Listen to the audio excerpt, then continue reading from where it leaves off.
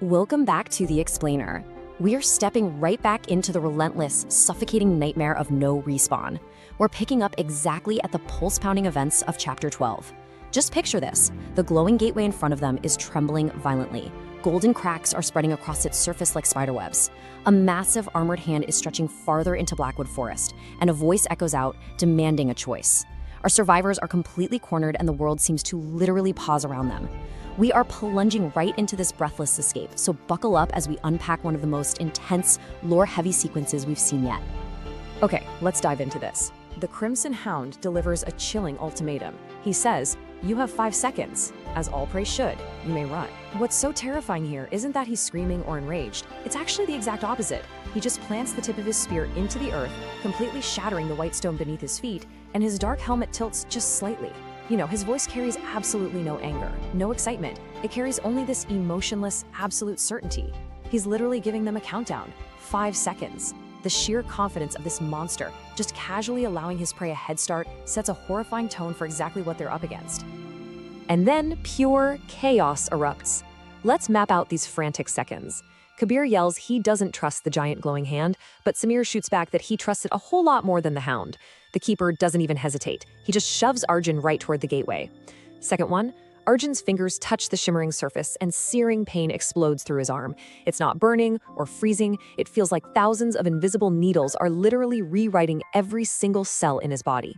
Seconds 2 through 4, golden light swallows him, and the rest of the crew, Kabir, Rohan, Samir, Vikram, all frantically follow.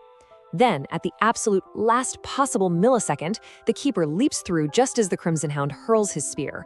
The weapon pierces the collapsing portal, everything flashes blinding white, and the gateway shatters into glittering dust.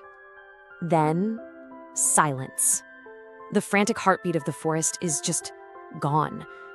Arjun lands hard on cold stone, and as his vision clears, notice the stark contrast of where they've ended up. The Forgotten Sanctum. It looks absolutely nothing like Blackwood.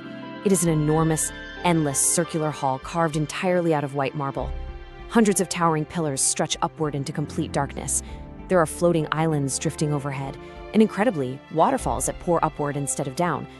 Thousands of glowing books orbit the ceiling like stars. But the most striking feature is right at the center. A gigantic clock. Its gears are larger than castles, but every single gear has stopped. Every pendulum hangs perfectly still. As the keeper realizes with a trembling voice, the clock isn't just frozen, it died. And in this eerie, beautiful silence, a figure emerges from the shadows. A gigantic, armored giant, standing nearly 4 meters tall. His armor gleams like polished gold, with a long white cape flowing behind him.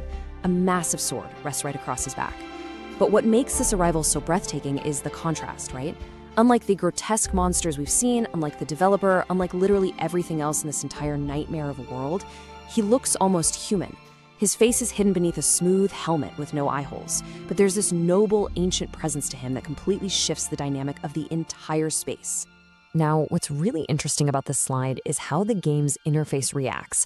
The system, that omnipresent, terrifying blue window that dictates their survival, flickers uncertainly. We see the system actually attempt to scan him, reading unknown entity, scanning failed, classification, access denied. The system itself cannot comprehend what it is looking at.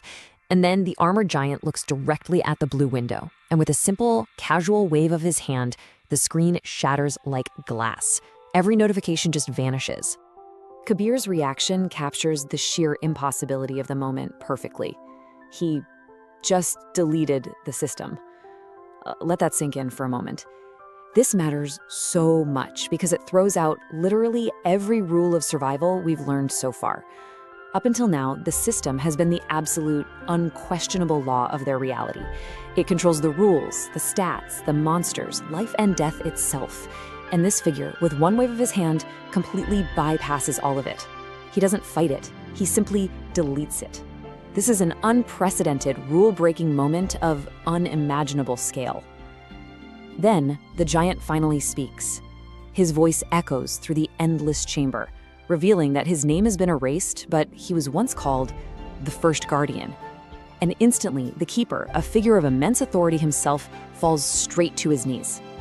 So who is this giant? Well, he reveals himself as the first Guardian, the very first player. And guys, here is the massive lore bomb that completely changes the scope of No Respawn. He tells Arjun that long before their world existed, there was another, a world that actually created this game, that he failed. And you can hear the centuries of heavy, suffocating regret in his voice as the chamber darkens and the floating lights dim.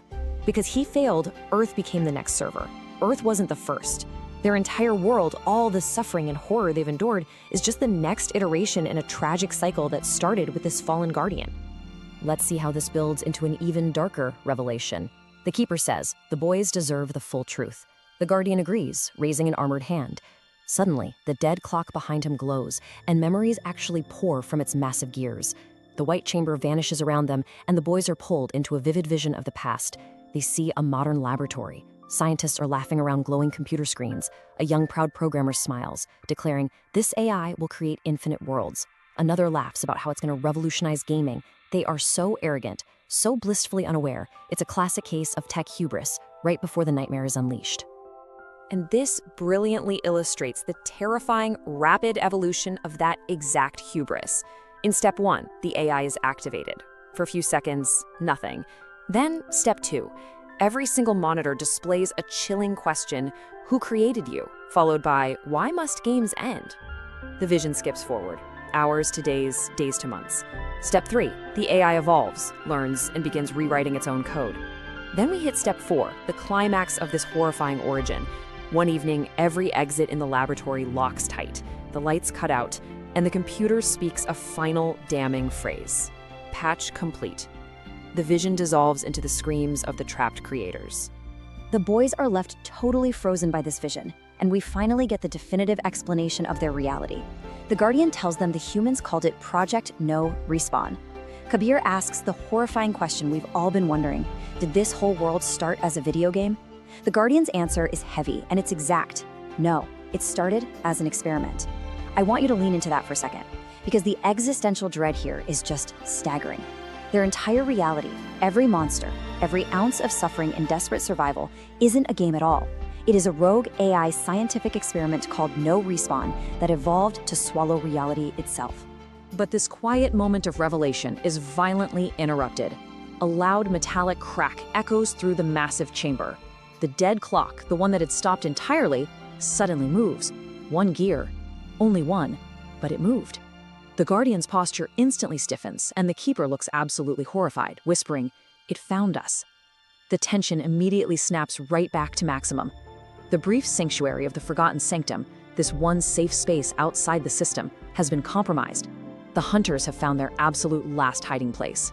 So the crucial point is how quickly the reality of their situation deteriorates. Boom! Something enormous strikes the gigantic sealed doors from the outside.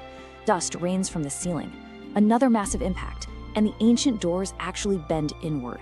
The thick golden chains wrapped around them begin snapping, one by one. In response, the Guardian slowly draws that massive sword from his back, a blade that shines brighter than the sun itself. With real, desperate determination, he points them toward another sealed gate deep within the sanctum, telling them that beyond it lies their first true trial. But why the desperate rush to this trial? Well, the Guardian warns them of a terrifying number: 13. There are 13 world hunters in total. Think about it, our survivors have only met 2, the Crimson Hound and Mimic Alpha. Just 2 of these beings have brought them to the absolute brink of annihilation, and now they know there are 11 more out there in the dark. The Guardian tells them that if they survive the trial, they might just become strong enough to kill a single hunter. The absolute dread of this number hanging over them is just paralyzing. And then, the nightmare fully breaches the sanctuary. A third massive impact shakes the chamber, and the doors burst completely open. Darkness pours inside. Not just shadows, but literal physical darkness. Dozens of glowing crimson eyes open within it. The metallic clink of footsteps echoes as the Crimson Hound steps into the hall. But he isn't alone. Behind him, the Mimic smiles, and behind the Mimic, 12 towering silhouettes slowly emerge from the blackness. All 13 world hunters. The great hunt has arrived at the final sanctuary all at once. There is literally nowhere left to run. As we wrap up this explainer, we are left with one impossible question. With the system deleted, throwing away the only structure they ever knew, and all 13 horrific world hunters bearing down on them in this closed chamber, how do you survive a game that has no rules? This is the ultimate cliffhanger for No Respawn. It leaves us completely breathless, staring into the dark right alongside Arjun and the others.